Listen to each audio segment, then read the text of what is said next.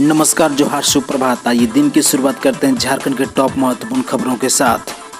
खबर है पारा शिक्षकों के वेतनमान को लेकर। वेतनमान पर फैसला 9 जून को। राज्य के 65,000 शिक्षकों की नियमावली और उन्हें वेतनमान देने के प्रस्ताव पर 9 जून को अंतिम फैसला हो सकता है।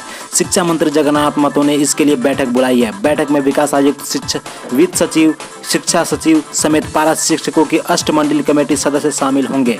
बैठक में नियमावली और वेतनमान को लेकर पूर्व से तैयार प्रस्ताव पर चर्चा होगी। अगली खबर है किसान भाइयों के लिए। किसान अब अपनी उपज को मंडी से बाहर कहीं भी बेच सकेंगे। केंद्र सरकार ने देश के 14 करोड़ से अधिक किसानों को बड़ा तोहफा दिया है। कृषि मंडियों को लाइसेंस राज से मुक्त कर दिया। एक देश एक कृषि बाजार की राह खोल दी है, यानी किसान अपनी उपज को मंडी से बाहर कहीं भी बेच सकेंगे। खबर है झारखंड में दूसरे राज्यों की बसों के प्रवेश पर रोक। झारखंड में अभी बस परिचालन की मंजूरी नहीं दी गई है। अंतर जिला और अंतर्राज्यीय बस सेवा भी शुरू नहीं हुई है। ऐसे में दूसरे राज्यों से आने वाली बसों का झारखंड में प्रवेश बंद रहेगा। झारखंड के परिवहन सचिव के रवि कुमार ने इस संबंध में बिहार के परिवहन सचिव को पत्र भी लिखा है।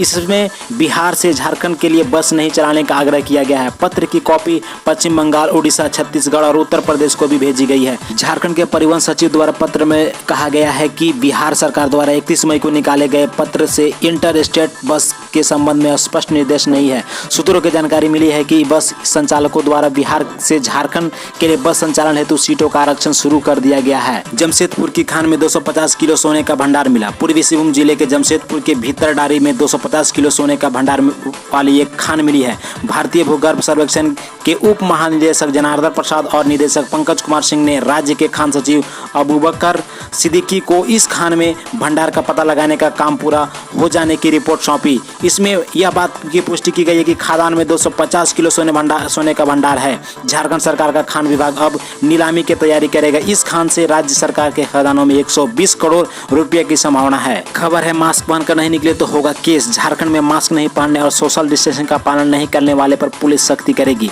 सार्वजनिक स्थानों पर मास्क नहीं पहनने और सोशल डिस्टेंसिंग का पालन नहीं करने पर पुलिस के द्वारा डिजास्टर मैनेजमेंट एक्ट 2005 की धारा 51, महामारी अधिनियम 1897 की धारा 3, IPS की धारा 269, 270 और 188 के तहत FIR दर्ज की जाएगी। वहीं सभी जिलों के SP को आदेश दिया गया है कि जरूरत पड़ने पर 144 के तहत निषेधाज्ञा की कार्रवाई भी जिलों के SP कर सकते हैं। DGP MV राव के आदेश पर राज्य पुलिस के ADG law and order Murarilal Meena ने इस संबंध में सभी जिलों के SP को पत्र भेजा है। खबर है झारखंड कोरोना अपडेट्स को लेकर। सुबह में कोरोना के 49 नए मरीज मिले। एक रांची का। राज्य में बुधवार को कोरोना संक्रमण के 49 नए पॉजिटिव मिले हैं। इनमें से एक रांची के कोकर स्थित भावानगर का रहने वाला है। इसके साथ ही राज्य में कुल मरीजों की संख्या 779 हो गई है। जानकारी के अनुसार बुधवार को सर्वाधिक 12 मरीज पूर्वी सिंहभूम में मिले हैं। इसके अलावा सरायकेला में 9, सिमडेगा में 8, पलामू में 6, रामगढ़ में 5, लातेहार में 3, जबकि रांची, बोकारो, हजारीबाग, कोडरमा, पश्चिमी सिंहभूम और गुमला में एक मरीज मिले हैं। इनमें से अधिकांश प्रवासी हैं। भावानगर में मिला संक्रमित 26 मई को मुंबई से लौटा है। शुरुआत में उसकी जांच रिपोर्ट निगेटिव थी। बाद में उसने निजी लैब में अपनी जांच कराई, जिसमें कि संक्रमण की पुष्टि हुई।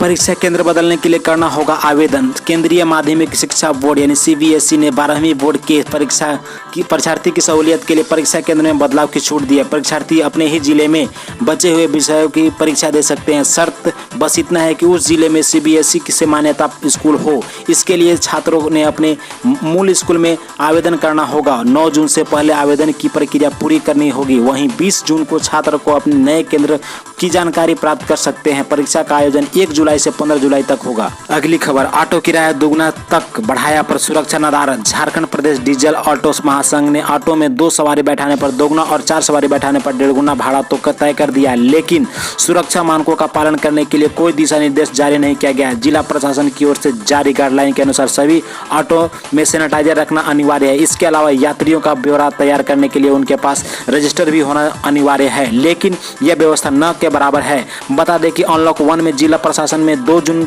से ऑटो, ई रिक्शा और रिक्शा परिचालन की छूट दी है। इसके तहत छोटे ऑटो चालक 2 और बड़े टेम्पो वाले 4 सवारी बैठाने की अनुमति दी है, ताकि यात्रा के दौरान सोशल डिस्टेंसिंग बना रहे।